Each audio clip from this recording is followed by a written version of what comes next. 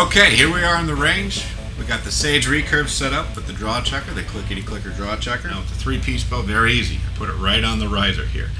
What you're trying to avoid is having it on the working part of the limb, the part that's going to move when the bow is drawn, whether it's traditional or modern.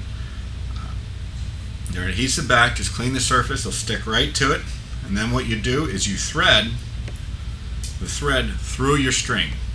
And then you'll tie on the back here, you'll tie a little knot just so it doesn't go forward anymore.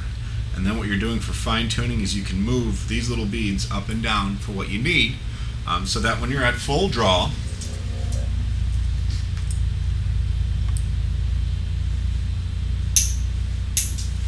it clicks. Like I said, the nice thing with that being set is you know you're hitting the exact same point every time you draw the bow. So really good on combating target panic, and really good, especially for beginners, getting them set to have that set shot routine, hitting the same draw every time. It is the biggest impact on your accuracy you can get, is having that shot routine just the same, repetitive. And also good for those of us who've been shooting a while and go, well, I've got good form. I'm doing all right. This lets you know, for people like that, people who've been doing it a while, if they're creeping. Now, creeping is also referred to as collapsing, and that's once you're at draw, you stop drawing and you start to go back the other way. So, let's say if this was a draw, you'd start to go forward before you release. Can be an issue because the bow has a set weight at a set draw length. So if your arrow and bow is tuned to, let's say, a 28-inch draw, if you're releasing at 26, that bow can be anywhere from 4 to 6 pounds lighter than where you're set at draw, which really throws off all your fine tuning and also changes the whole sequence. So your accuracy will hurt because you're not hitting the same point. So let me show you how this works. Like I said, we have it installed on the lower part of the riser. We have it tied into the string, and I have it fine tuned on where I want it to be, where I know I'm engaging my back. This is the end part of my draw, so it clicks there. And what it does is create a subconscious, when I hear that click, I'm going to release. It's just that set. I know the shot's done. It's a subconscious release. So that way I'm focused on aiming down the range. Focused on that, let the subconscious take care of all this.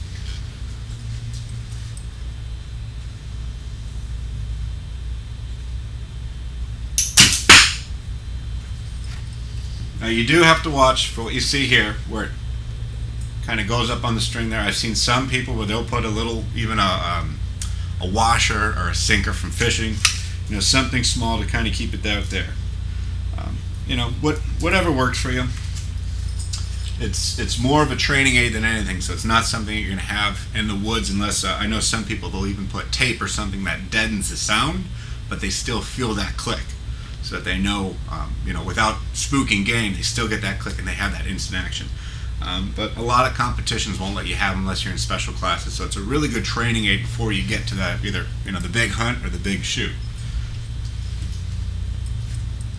And I'm going to show you the creeping here. So we come to full draw, we click. It clicks again the second you go back down, and as you saw, I don't know if you could see it as well there, but very little movement, and it let me know that I was creeping. So it really builds in that subconscious. I know I got to draw, keep pulling back, and then release at the end of my shot sequence.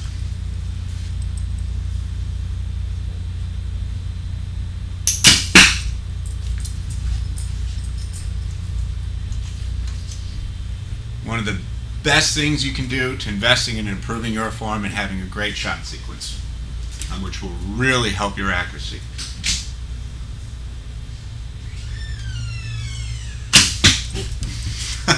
You see there? That shows that I didn't do it right. You didn't hear the click. Never said I was perfect. Always learning. I'm Jonathan Karch with 3Rivers Archery. Thanks for taking the time with me today. I hope you learned something.